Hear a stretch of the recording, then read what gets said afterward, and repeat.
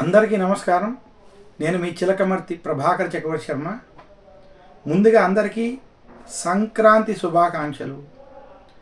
జ్యోతిషాస్త్ర ప్రకారం మనకి సూర్యుడు మకర రాశిలోకి ప్రవేశించిన పుణ్యకాలం ఏదైతే ఉన్నదో ఆ సమయంలో సూర్యుడు మకరంలోకి ప్రవేశించడం చేత ఆ రోజుని మకర సంక్రాంతిగా చెప్పబడింది.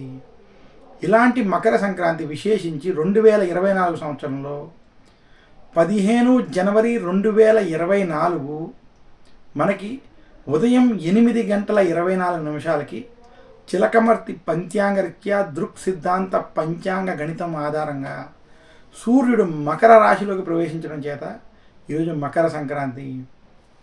ఈ లెక్క ప్రకారం 14వ తారీఖు మనకి భోగి, 15 మకర సంక్రాంతి, 16 కనుమ పండగగా ఈ 3 రోజులు కలిపి మనకి సంక్రాంతి పండగగా చెప్పబడింది. ఈ రకంగా 15 జనవరి 2024 మనం మకర సంక్రాంతి పర్వదినాన్ని ఆచరించాలని, ఈరోజు సూర్య ఆరాధన వంటి ఆరాధనలన్నీ కూడా చేసుకోవడం వల్ల, విశేషించి సూర్యుడిని ఈరోజు తర్పణాలు వంటి వదలడం వల్ల సూర్య భగవాన్ యొక్క అనుగ్రహం చేత శుభ ఫలితాలు కలుగుతాయి. ఈరోజు పుణ్య నదుల్లో స్నానం ఆచరించడం, ఉదయం సూర్యుడికి అభిముఖంగా నిలబడి సూర్యుడికి తర్పణాలు అర్ఘ్యాలు వంటి వదలడం వల్ల సూర్యుని యొక్క అనుగ్రహం కలుగుతుంది.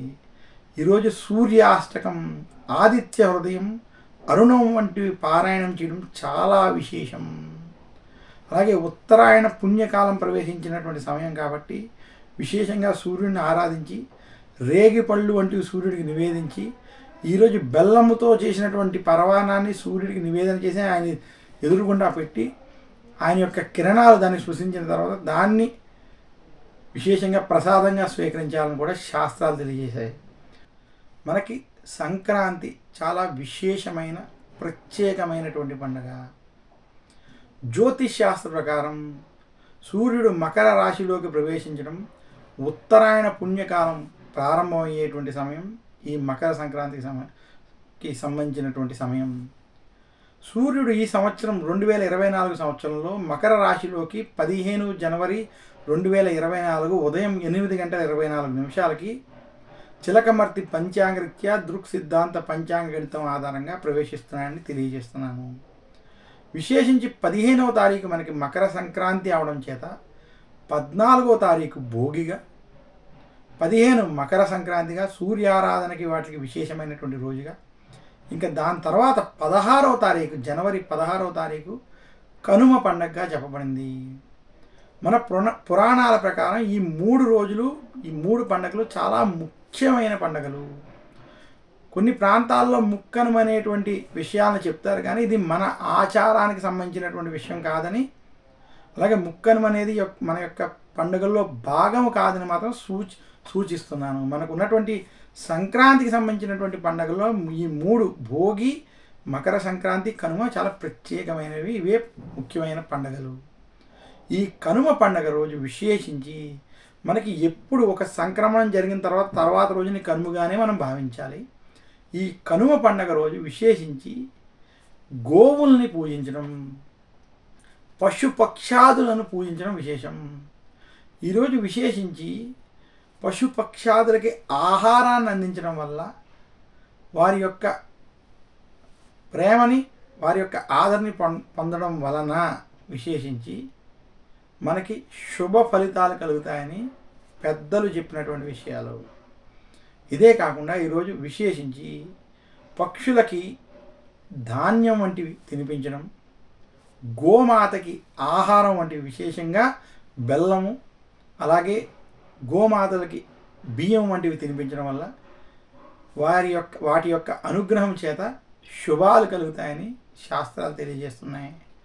కనుమ రోజు విశేషించి గో పూజ వంటివి చేయడం చాలా విశేషం. ఇక కనుమ రోజు ఈరోజు కూడా విశేషంగా సూర్యారాధన వంటివి చేసి ఇంట్లో మీకు ఏదైతే చాలామందికి ఇలవేల్పు ఎవరైతే ఉంటారో ఆ యొక్క దేవతని కానీ, వెంకటేశ్వర స్వామి కావచ్చు, అమ్మవారు కావచ్చు, శివుడు కావచ్చు, వారిని పూజించి వారికి ఆ రోజు రకరకాల పదార్థాలతో నైవేద్యాన్ని సమర్పించడం, గారులని ఆ రోజు నివేదించడం చాలా విశేషం. ఇంకా కనుమ రోజు విశేషంగా ఎవరైతే ఈ రకంగా జరుపుకుంటారో వారికి శుభ ఫలితాలు కలుగుతాయని, ఇంకా కనుమ రోజు చేయాల్సినటువంటి ముఖ్య పనుల్లో ఈరోజు విశేషించి తలస్నానం వంటివి ఆచరించడం, కొత్త బట్టలు వంటివి కట్టుకోవడం, అలాగే ఈరోజు ప్రయాణాలు వంటివి చేయకుండా ఉండడం ఈ కనుమ రోజు ఆచరించవలసినటువంటి ముఖ్య విషయాలు. కనుమ రోజు ఖచ్చితంగా ఆచరించేటువంటి విషయాల్లో తల స్నానాన్ని చేయాలి అని, కనుమ రోజు స్నానం చేయకుండా బయటికి వెళ్ళకూడదని కూడా శాస్త్రాలు తెలియజేశాయి. ఈ రకంగా మనకి సంక్రాంతి పండుగలో ముఖ్యమైన ఈ 3 రోజుల పండుగలో 3వ రోజు పండుగ కనుమ పండుగగా తెలియజేస్తున్నాను. మరొక్కసారి అందరికీ కనుమ పండుగ శుభాకాంక్షలు తెలియజేస్తూ, సంక్రాంతి శుభాకాంక్షలు తెలియజేస్తూ సెలవు తీసుకుంటాను. నమస్కారం. మీ చిలకమర్తి ప్రభాకర్ చక్రవర్తి శర్మ.